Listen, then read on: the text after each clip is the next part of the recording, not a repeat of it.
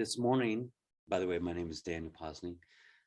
This morning, I'm going to talk about my story a little bit, and I think it's going to probably go to about 4 or 5, maybe 6 different episodes. And so there'll be 20 to 30-minute little episodes about my story. And it's a pretty good story. There's lots of things that I've done and things that I've experienced and had lots of love in my life and lots of pain and suffering also. But there's some parts in there that I think that would be good to share with you.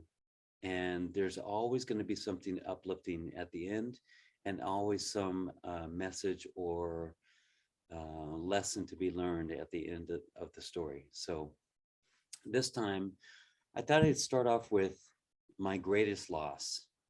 And I hope you can relate to this or tap inside yourself to see if there's something in there that resonates. And one of the losses that was one of the greatest losses in my life is losing myself. And it's not something that we really can or want to spend much time looking at, because it's too hard. It's too hard to look at how I've lost myself. And we hear stories about people saying, well, it's made me who I am and made me stronger and that kind of things.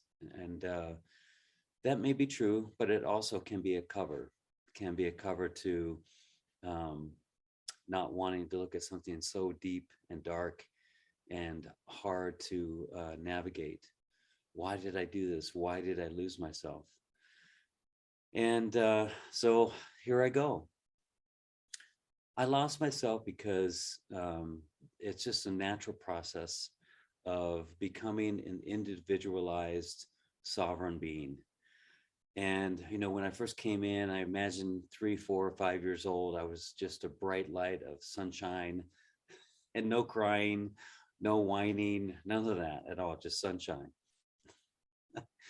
And I inside just felt so innocent and curious and wanting to love and to be loved.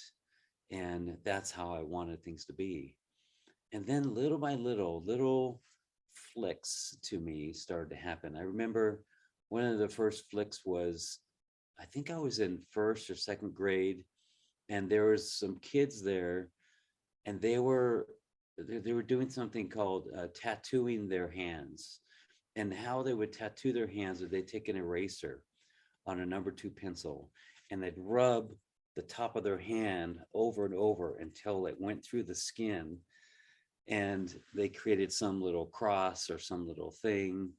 And it was kind of you didn't want to be different. You didn't want to not join in that, because it was kind of a toughness thing for us little boys.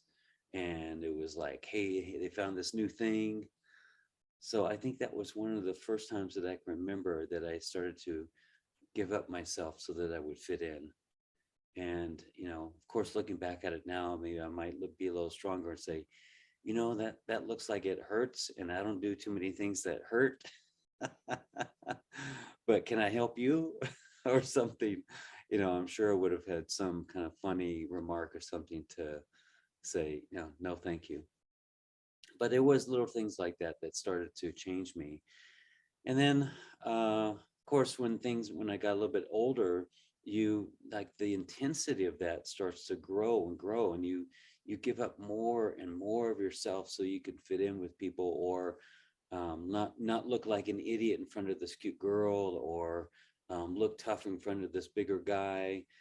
And you start to lose yourself. I remember I got bullied in this, I think it was the 6th grade, and I just completely shut down. I didn't know how to deal with it. And, I hadn't been taught about martial arts and protecting myself yet. And I just was just really stunned that someone would treat me in such a way. And it just really shocked me.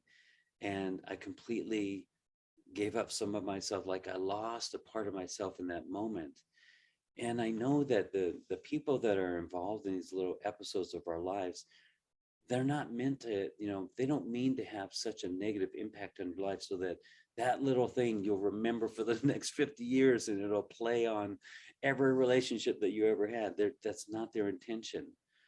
But there is definitely something being felt and something being understood in that. And I have to imagine that there's some karmic thing being played out or some energetic thing being played out. I don't know all the answers to that, but there's definitely some energy being presented and played out and received through all this. And it's ours sort of to understand that energy whenever we can, and then release that scene, because it was just meant to play out in that one moment. But if I'm talking about my greatest loss, I think that would be it, is that I lost myself. And that's kind of intertwined with another greater loss. And so if I look at myself and I kind of look at myself in a non-dualistic way, that I'm not really here, and it's my egoic mind that is the only one that finds loss.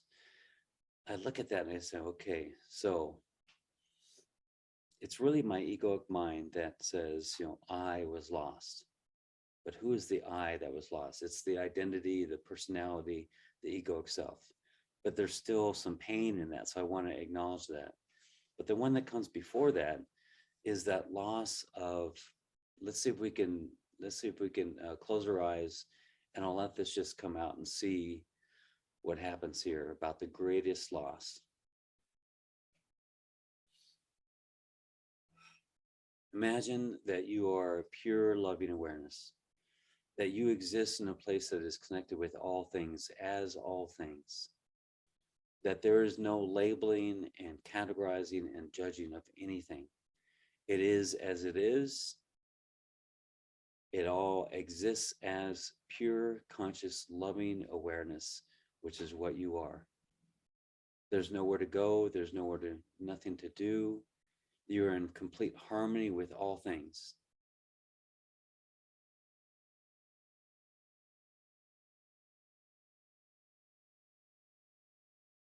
And then an idea comes, and you can feel it building from the center of the universe. And it's coming in from like a track of love, like it's following this track of love, and it's coming closer and closer to you. And you start feeling a separation, not a separation as in completely disconnected from, but an individuation. That you feel an individuation coming and building also in a place that's starting to be described as something inside of you, something that is you. And it starts to manifest itself into this individuated expression of the one. The one is something that you know as yourself. This conscious loving awareness is something you know as yourself. There's no way that you could even think that you are separate from this, because it is all things, it is all emotions, it is all frequencies, and it is what you are. And in some realms, in some lower frequencies, lower realms, people call this awareness, this you, this everything, they call it God. They call it different names so that they can understand it for themselves. But in where you have existed, what you know yourself to be, there's nothing separate here. It's all this. And then this intention keeps on building.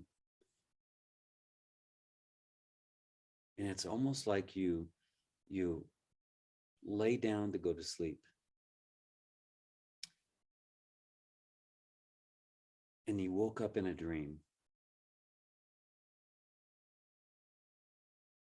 And the dream was bright and magical and amazing and curious and crazy and all these things and objects, and your whole way of being needed to shift into edges and separation of objects and knowing things by different names, and there was this voice, there was this communication, this language.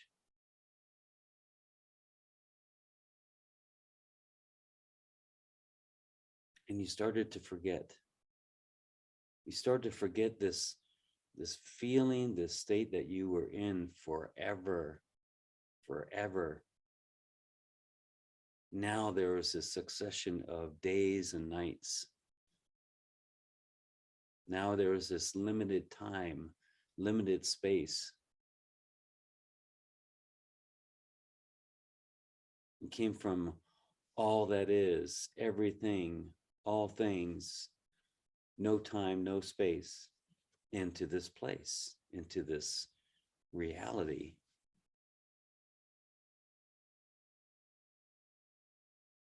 If you said in your life that you don't have any childhood trauma or you had a pretty good childhood, I invite you to look a little deeper. Because there's some quantum realities, physics that we know to be true. One of them is we exist as consciousness, and consciousness has no boundaries or borders. And consciousness is, you can't even call it fast. You can't even call it faster than the speed of light because it exists everywhere as all things. So if you play that out and you attach the story of birth, where did I come from? Where did I go? What happened when I found myself here in this body, in this baby body, crying? If you understand a little bit more about quantum physics and quantum realities, then you didn't really go anywhere. And yet there's this feeling of deep separation. So my greatest loss is the feeling, the experience of that separation. And yet I know that I didn't ever go anywhere. There's this idea that I was birthed into something and I'm going to die into something. But I never went anywhere. I'm having a very real dream. But in that dream is me experiencing this loss and knowing it in my heart and knowing it and recognizing it. And still, while I recognize it, go have fun in this dream, to go experience and create in this dream and create from that.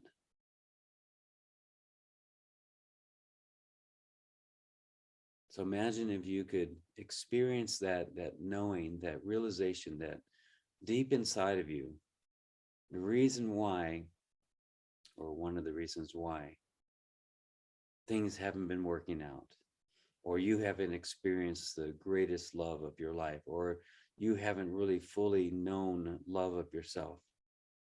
Could it be that there's this deep wound inside about your greatest loss? And if that isn't acknowledged, if that isn't looked at and witnessed, then it's going to be this thing that's always underneath everything that we do. But if we acknowledge it and say, yes, God, I completely feel that everything was so completely perfect. And then I was led to believe that this is normal. And I needed to find a way to comfort myself, to make this seem more normal. And even the pain of the story that death is this thing to be afraid of. That's the one thing that I can count on. That's the one thing that I can look forward to sometimes and go, wow, there's going to be a coming home. How can I blend the two? How can I blend home into this dream, into this place that I'm at now?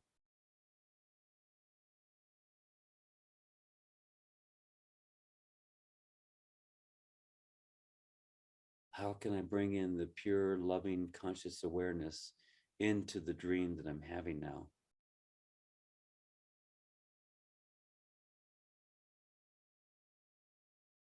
And turn it from the greatest loss into the greatest find.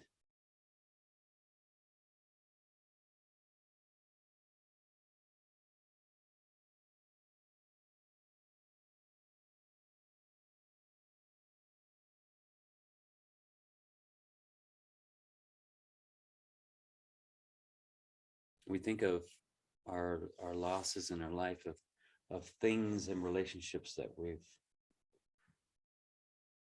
ended or changed, and they're no longer in our life. Maybe our greatest loss is our father dying when we were 12, or our grandfather or grandmother dying, and that's one of our greatest losses. And that is true. It really hits our heart and really affects us when we say we have to recognize they are no longer in our physical reality. Ooh, that's a hard one to look at. I know a lot of people are experiencing that right now, and I've been kind of going through that myself, of looking at all the people that are no longer part of this reality. That this there's a that if this is a movie, their actor's been killed off. You know, Thich Nhat Hanh, Meatloaf, Bob Saget, lots of relatives or friends, and they're no longer part of this story.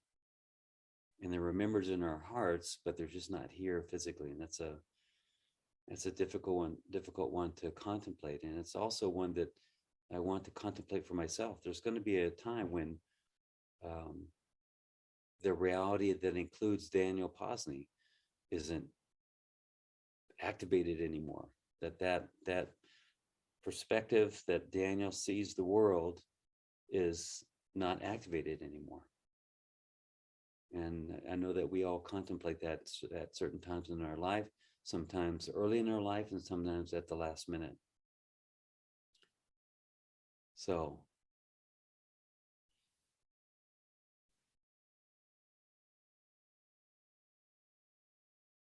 for me, contemplating the greatest losses in my life, especially this like initial greatest loss of having the experience of being separate from what people call God, or separation from oneness.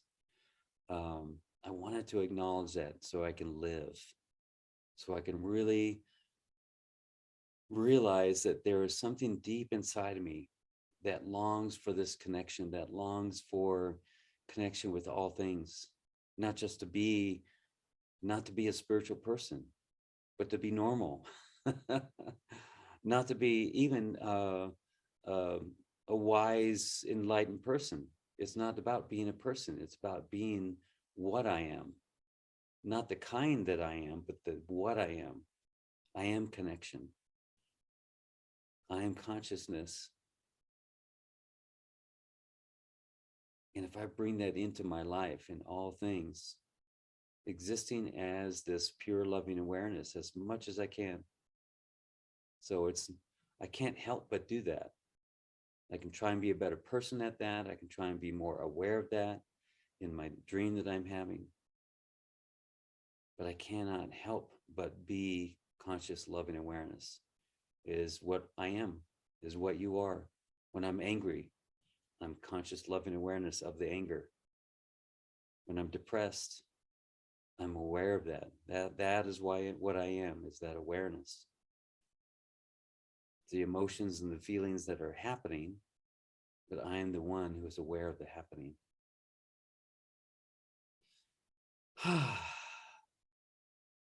Good talk.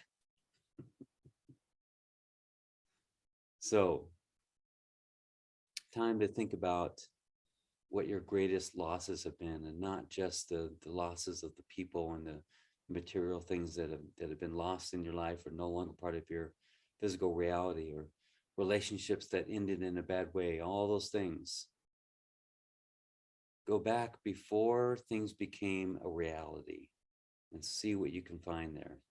See if there's something deeper in there that you can say, okay, this is where I'm getting to something. Because see if you can find something that would be common to every human being, whatever your religious preference or understanding. it would still be the same. See if you can turn that greatest loss into a reconnection with what was perceived to be lost. See if you can reconnect with that feeling. Let's see if we can go back and do it again. That feeling of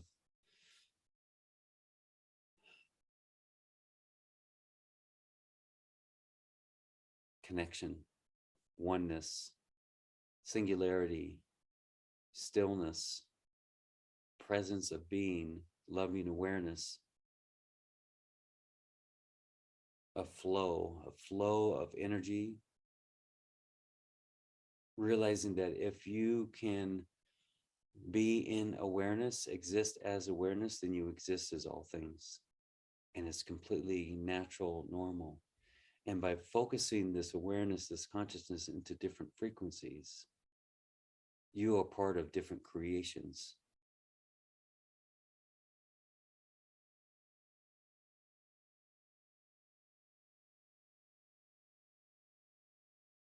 Now take the consciousness that you're in now and see how, as you consciously move your consciousness, your awareness into higher frequencies, how the experience changes, how you start to attract different things in your life, how you start to create from a higher place.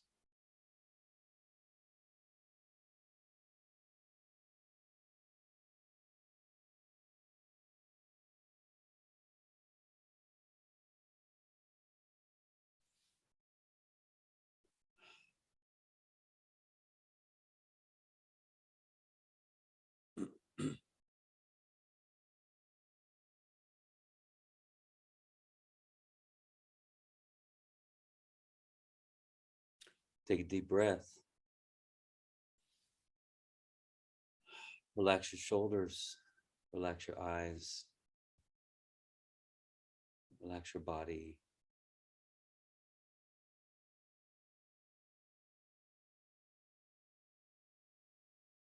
Say to yourself, as love, I rest in peace.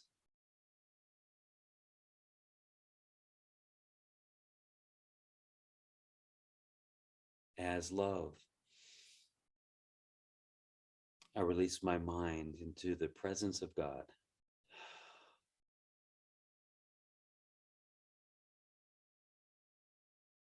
As love, I release my mind into the stillness of loving awareness.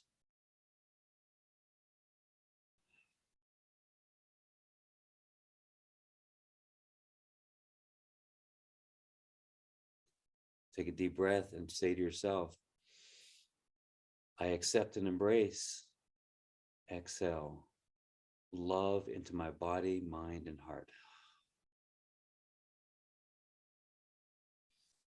I accept and embrace love into my mind, body, and heart.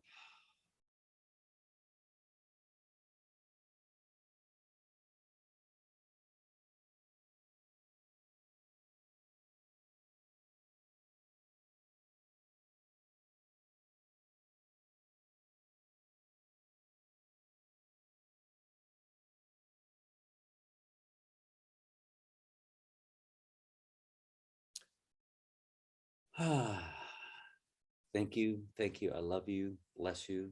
I hope you have the most wonderful day.